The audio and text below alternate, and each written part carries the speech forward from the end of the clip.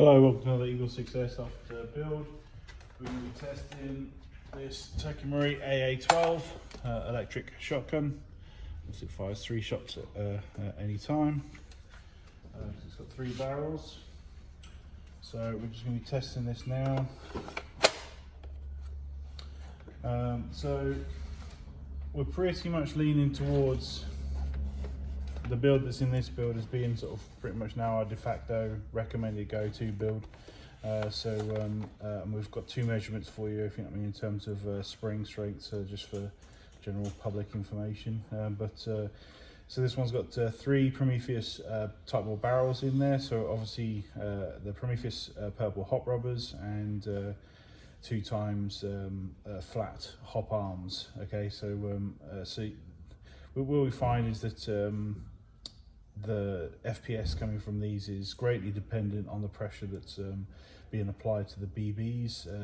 Whenever you've got a large cylinder gun like a VSR or this one here that's got quite a high volume cylinder, you find that the longer you can actually keep it in the barrel, or the longer you can hold it in place, the more FPS can generate behind it. So we find that these greatly help from actually having the flat hop arms putting more pressure down. The flat nub, you know, in the middle one pushing down, and 3 Prometheus hop rubbers, and the barrels. Here we find that the combination of those 2 really help to sort of bump up FPS. Sometimes causing us a bit of problem with regards to our M95, in that sometimes it can sort of creep in just above the 350 limit, so which is annoying, because then you've got to take a coil off, you know, to bring that back down. But this particular one chronoed at 345 FPS on 0.2s on the M95 spring, so that would be great if we were going for that particular limit, but this one was 330 maximum limit, so we've had to drop down to the M90, and we're getting 310 on 0.2s and 270 on 2.8s. Now, a weird thing about these guns is that these always seem to sort of, you know, obviously the chrono incredibly low, and everybody gets hung up quite a lot on the chrono on these particular ones, but you just got to remember that they are mostly for CQB, even though obviously with the hop arms, you know, it's now going to have much better groupings at range.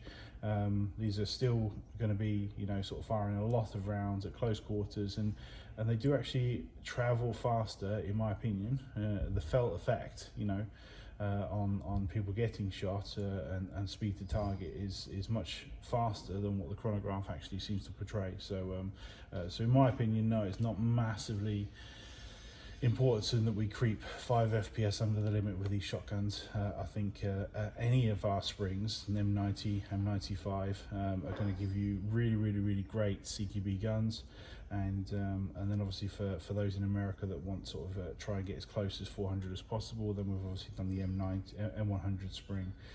So we've also done the Warhead motor. We really just recommend the Warhead motor combined with the TM MOSFET as a de facto build for every single person out there now. So you know, ignore any of our previous ones. You know, this is our new sort of since that product's come out, you know, it's allowed us to reduce the amp usage of this gun, which uses springs that look very similar to the ones in the front of my car, and is allowed us to basically reduce the amp usage on that particular spring by about 1/3. So which means that the battery is using less energy, which means the MOSFET, you know, is going to kick off a lot less, you know, you have a lot more leeway between that and having like low battery issues and problems, which was people's only gripe with the original TM MOSFET system. So yeah, so we would highly recommend, even if going with an M100 spring, to try this setup first with the Warhead motor, and just don't bother with any other motors, you know, other than that. It's relatively easy to install. Obviously with all the Warheads, you need to be incredibly careful around the little end connectors, but other than that, you know, and the occasional hard to shim sizing issues, you know, because obviously they are quite a long motor in comparison at the end, you know, compared to some others. So you just make sure there's no fitment issues, and other than that, if you know what I mean, you know, make sure your shimming is correct for that particular motor, and then yeah, go ahead and build it with that particular one. So yeah, that's where we're at. We're chronoing about 13.5 amps on this particular gun, you know, which is less than the average recoil, you know, that's going out the door. So yeah, with a upgraded, say Action Army motor or something. So yeah, very, very good. Bearing in mind the spring is twice the size of a recoil spring, so it's in the NGRS, or in the average AEG. So yeah, it's a very, very, very good result. And yeah, we hope you enjoy it. So obviously, that's enough. Talking about the actual build. We'll get some shots down just to sort of demonstrate it, but hopefully you enjoy it. So.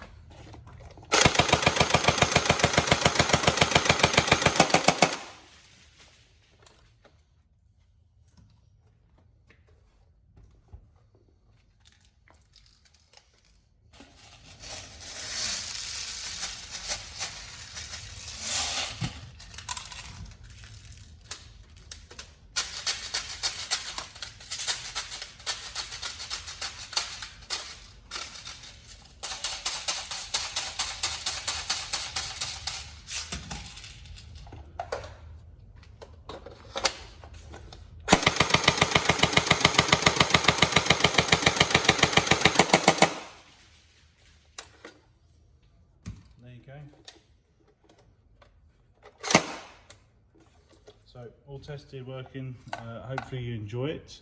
Obviously really, really interesting guns.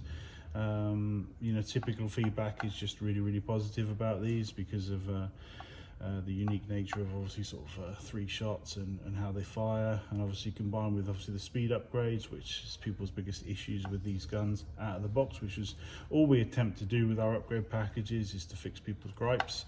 And then yeah, so hopefully it brings together the package and brings you a gun that you can be happy with and proud of. So thank you very much.